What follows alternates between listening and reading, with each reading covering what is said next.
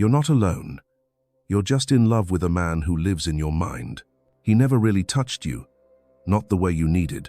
He never stayed, never promised, never looked you in the eye and said, "I'm here," and yeth's everywhere, in your dreams, in the way you choose your clothes, in the quiet moments before you fall asleep, in the way you replay his words like scripture, even though they were barely sentences. You keep telling yourself, it's not real, that he wasn't that important, that it's just your imagination playing tricks on you. But your heart knows better, because every time you try to move on, every time someone new shows up, you feel a strange sense of betrayal, not to them, but to him, to the ghost of him, to the version of him that lives in a sacred, untouched place within you. Carl Jung once said, "Until you make the unconscious conscious, it will direct your life, and you will call it fate." Maybe that's why he feels so real. Maybe this isn't just about him. Maybe he's a symbol of something deeper, something older than memory. Maybe he's not a man. Maybe he's a projection, a mirror, a missing piece you never got to hold. You wonder why you still feel connected to someone who barely knows the real you. Why you hold on to someone who's already moved on. Why you replay conversations that never actually happened. It's not insanity. It's longing. It's grief, dressed as hope. And it's a sign that something inside you is still waiting, for understanding, for closure, for yourself. But here's what no one tells you. You're not crazy for feeling this way. You're not weak. You're not obsessed. You're carrying a love that was never allowed to become. A love that never had the chance to be seen, to breathe, to stand in daylight. And so it lives in the dark. It becomes art, poetry, late-night thoughts, and silence. But what if I told you this Manthis, perfect, unfinished man is not him? It's you. Or rather, it's a part of you calling out to be known. And what you think is love for someone else might be the beginning of your return to yourself.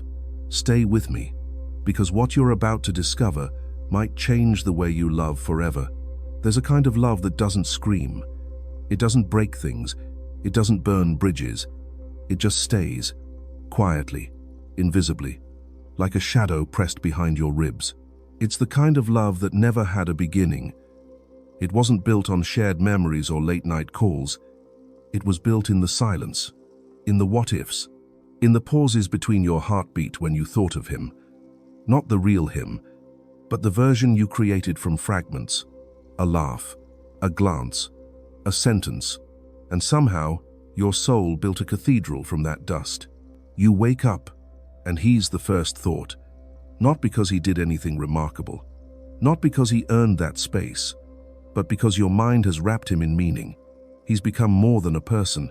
He's become a symbol of the affection you never received, of the validation you still crave, of the gentle presence you were taught to survive without. You don't talk about it. You don't dare. Because how do you explain that the person you miss wasn't really yours? That you never kissed him, never held his hand, maybe you never even heard him say your name. And yet, the absence feels louder than any breakup. It lingers. It haunts. It fills the room when you're alone. It steals the space beside you in bed. And here's the cruel part. No one sees this grief. No one brings you flowers. No one tells you, "I'm sorry you're hurting."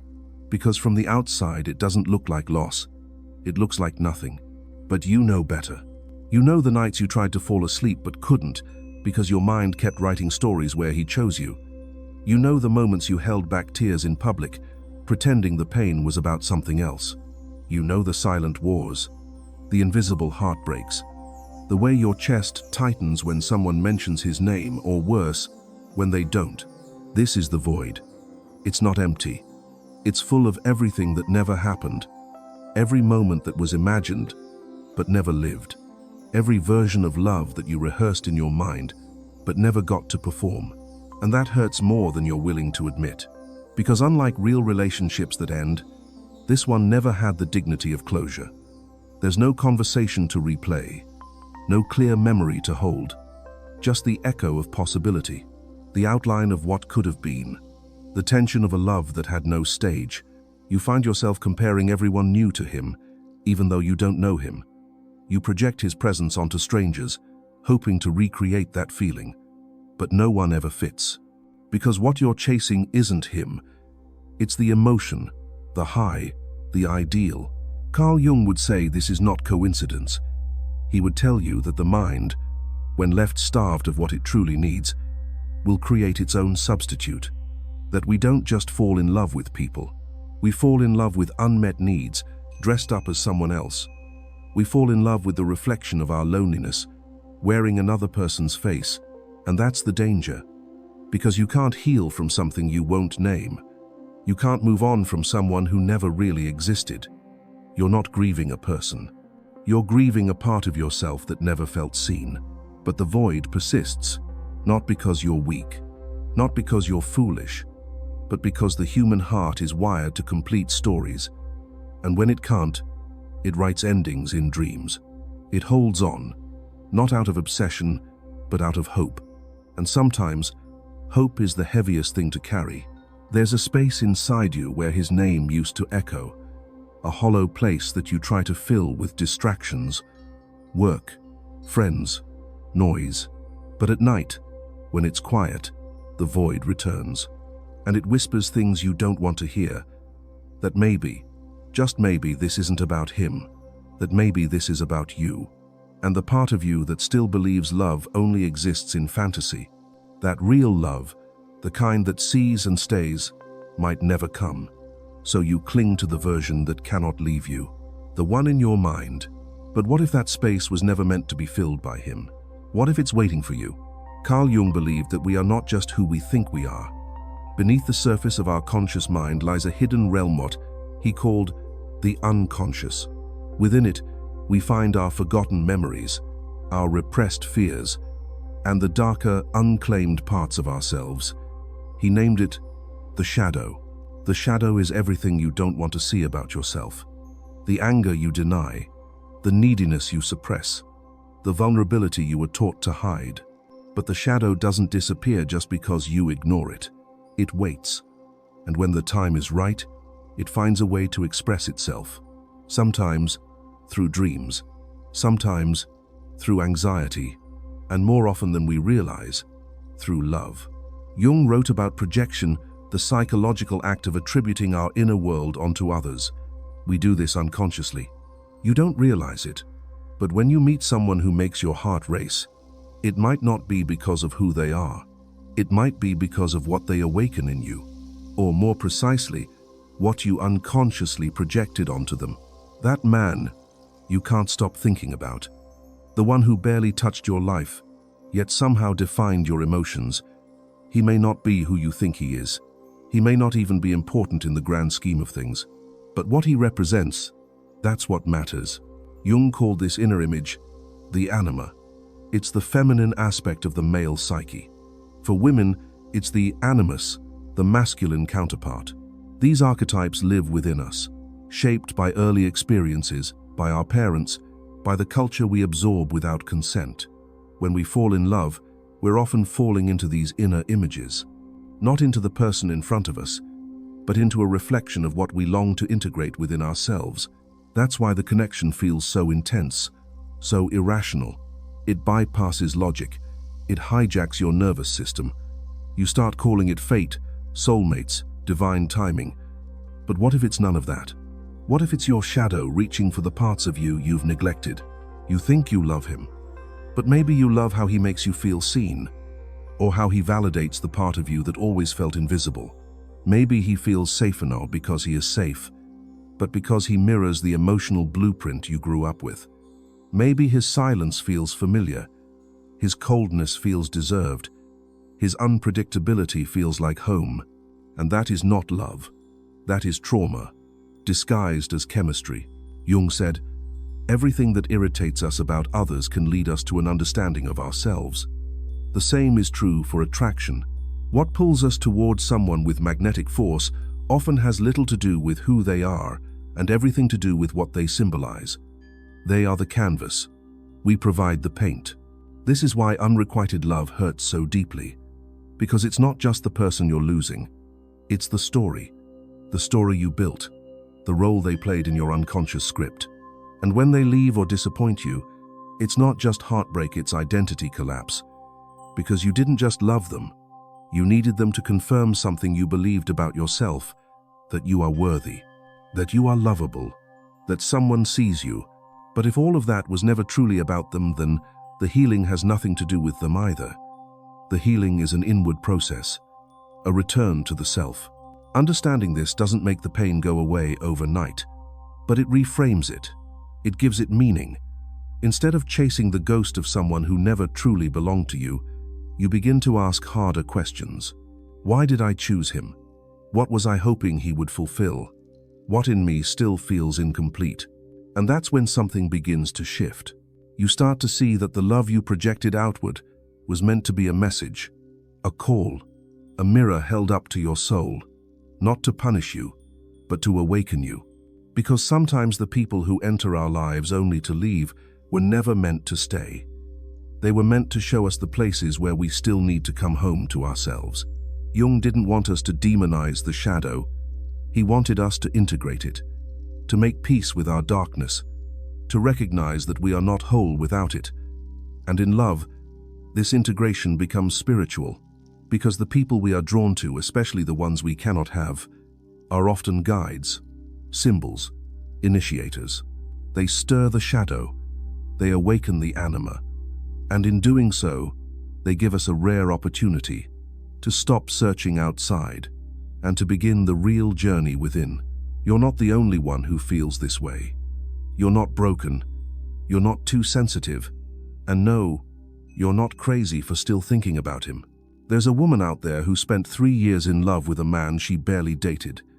He said all the right things. He looked at her like she mattered. He disappeared just when she thought they were getting close. She told herself it was nothing, just a passing moment. But months turned into years, and she couldn't let go. Not because he was extraordinary, but because he reminded her of someone, her father. Distant, unreachable, kind, but never really present. She kept chasing that familiarity, hoping this time it would choose her. There's a man who keeps returning to the same type of woman. She's beautiful, confident, cold. She pulls him in, then pulls away. Every time he tells himself, this is different, that this time she'll stay. But deep down, he's repeating a pattern. His mother was unpredictable, loving one moment, dismissive the next. So love, to him, means uncertainty. When it's calm, it feels fake. When it's chaotic, it feels real. And maybe you're the same. Maybe you keep falling for people who leave, who don't call back, who give just enough to keep you hopeful, but never enough to make you feel safe. You think it's your fault, that you're too much or not enough. But what if it's not about you being wrong? What if it's about you being familiar with pain? Carl Jung would say, these patterns are not accidents. They are your psyche trying to reconcile something unresolved.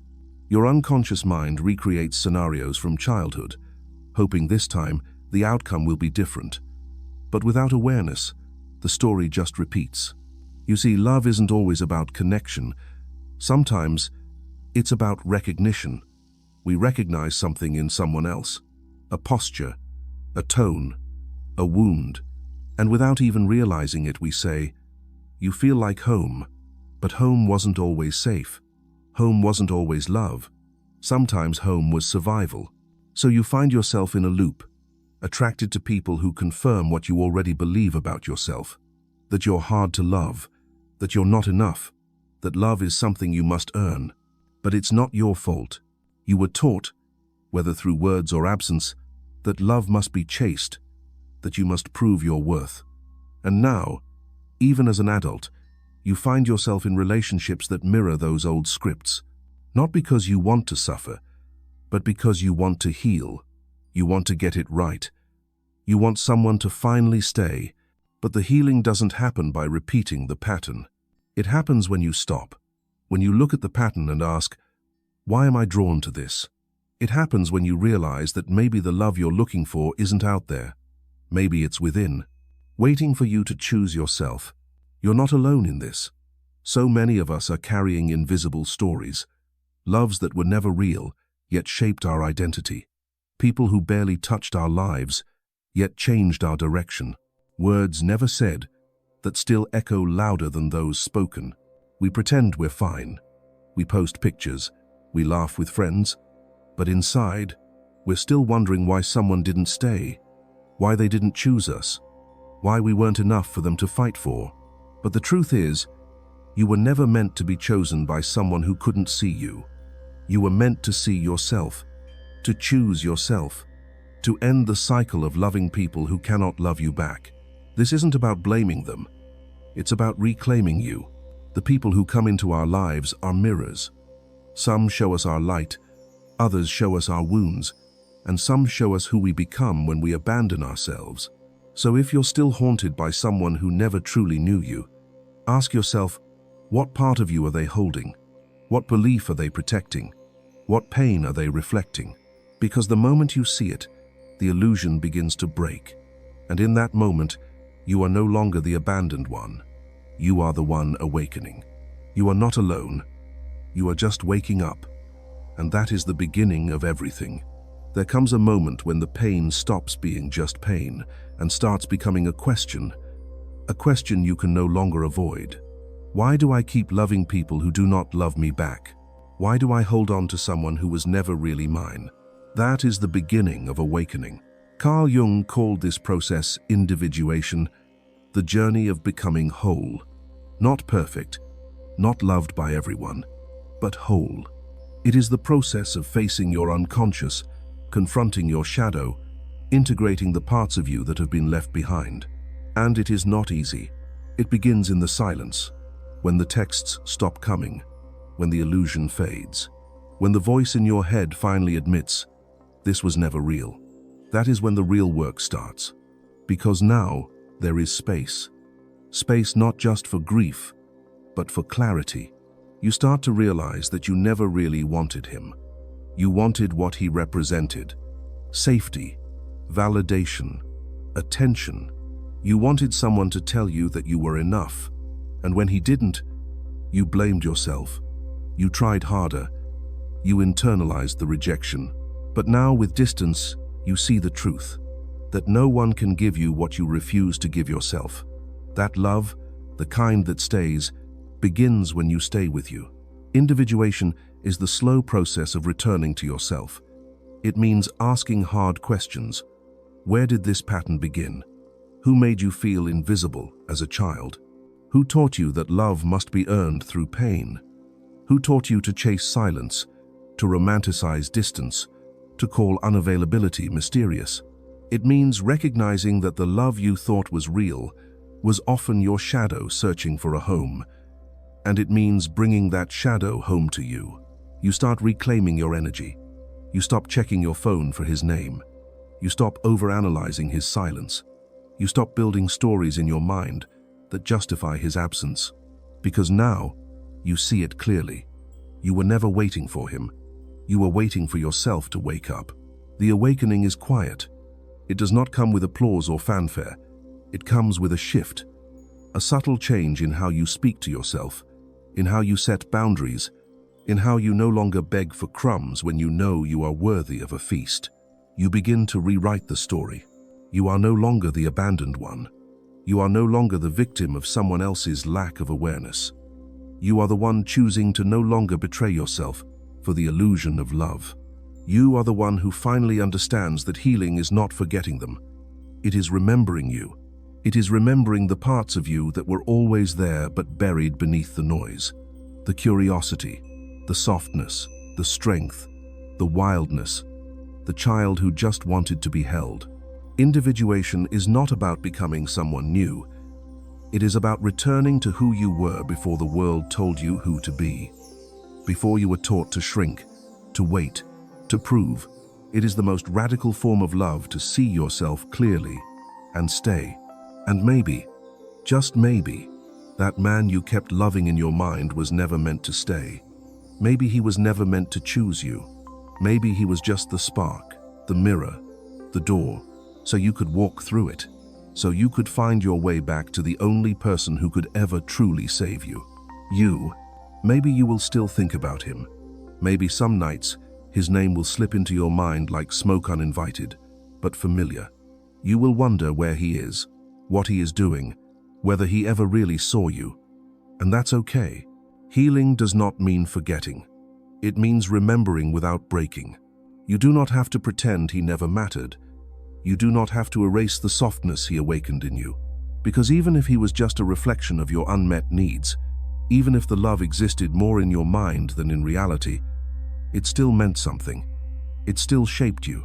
The truth is, some stories do not have clear endings. Some people enter your life not to stay, but to stir the silence. They pull things out of you you didn't know were there. And then they go, they vanish.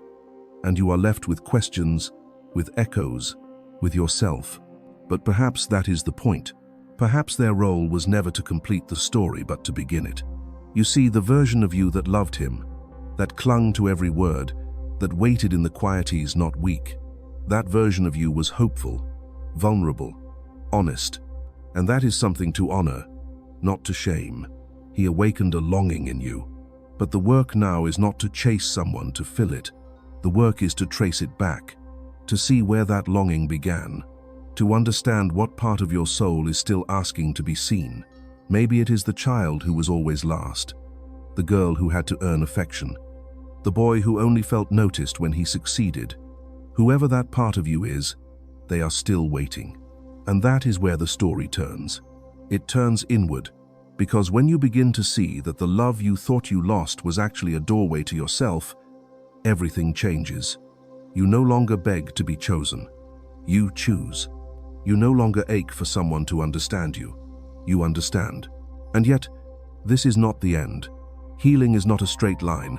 It is a spiral.